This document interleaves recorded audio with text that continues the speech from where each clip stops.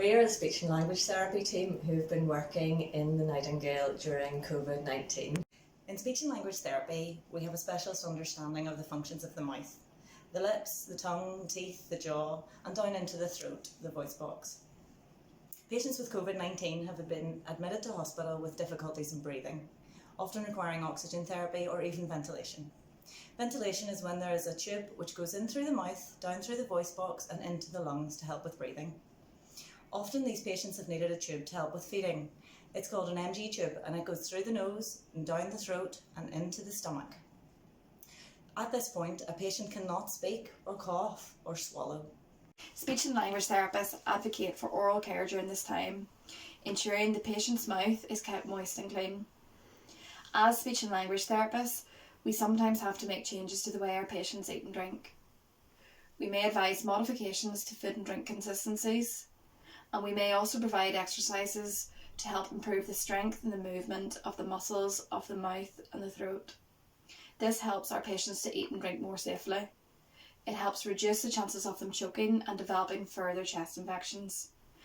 Whilst we hope that these changes are temporary, sometimes our patients will require further speech and language therapy support even after they leave hospital.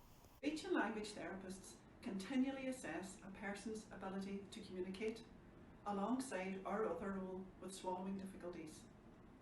You see, the muscles we use for eating and drinking are the same muscles we use to form our speech and to make our voice. Some patients who were ventilated have presented with difficulties making their usual voice because their vocal cords have been bruised. Some patients have had to have a tracheostomy tube in their neck to help with breathing, and this can impact on all aspects of communication and swallowing. Some patients have been so weak or so short of breath that the thought of talking or eating and drinking is so effortful.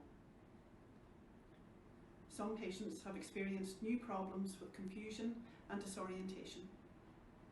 Speech and language therapists are skilled in identifying these difficulties which impact communication, and were used to supporting the patient in their rehabilitation.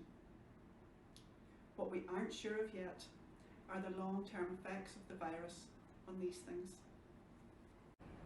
The speech and language therapy team in Belfast City Nightingale recognised early in the pandemic that patients might require assistance with communication in the form of charts such as these. We realised that one of the most visible difficulties with communication during these unprecedented times is that all staff are wearing face masks, making it all but impossible at times to be heard or understood. The communication boards have been helpful in these cases. We've also put into place photographic identification for our team, which, as well as being helpful for patients to see what we look like without the PPE on, it's also been helpful on a professional level to be able to identify ourselves quickly. The Hello My Name Is campaign is at the centre of this, and right now it's more important than ever to make patients feel at ease.